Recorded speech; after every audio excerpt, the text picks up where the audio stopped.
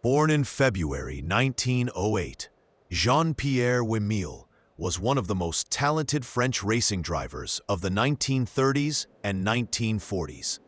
Before World War II, he competed regularly in Bugatti cars, and after the war, he was the #1 driver for Alfa Romeo.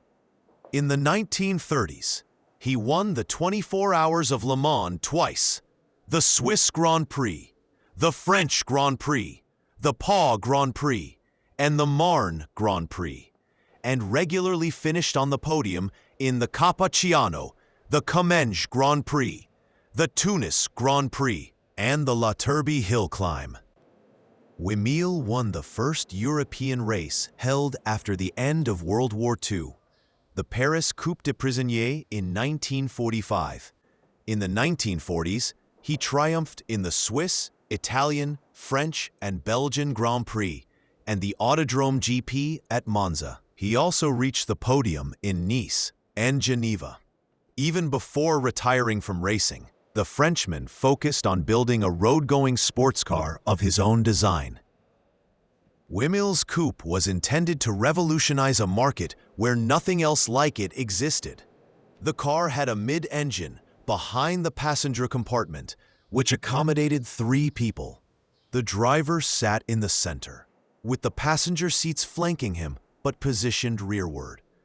The doors opened counterclockwise, much like today's Rolls-Royces, making entry and exit much easier. The Wimille Coupe was intended to revolutionize a market where nothing else like it existed. The car had a mid-engine behind the passenger compartment, which seated 3 people. The driver sat in the center, with passenger seats flanking him but positioned rearward. The doors opened counterclockwise, much like those of today's Rolls-Royces, making entry and exit much easier. The first prototype, still equipped with a Citroën engine, was unveiled at the Paris Motor Show in 1946. The design evolved over the next few years, during which time it was joined by Ford's French subsidiary. Prototypes with new engines and a body designed by Philippe Charbonnet were unveiled to the world at the Paris Motor Show in 1948 and 1950. The Ford V8, displacing nearly 2.2 liters, delivered around 60 horsepower, and with the 4.5-meter-long car weighing in at 1,150 kilograms, was intended to allow it to reach almost 160 kilometers per hour, 100 miles per hour.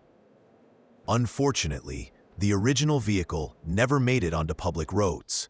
The venture collapsed after Wimille's untimely death in January 1949 during practice for the Buenos Aires Grand Prix and the withdrawal of Ford's French subsidiary. A total of around 8 prototypes were built.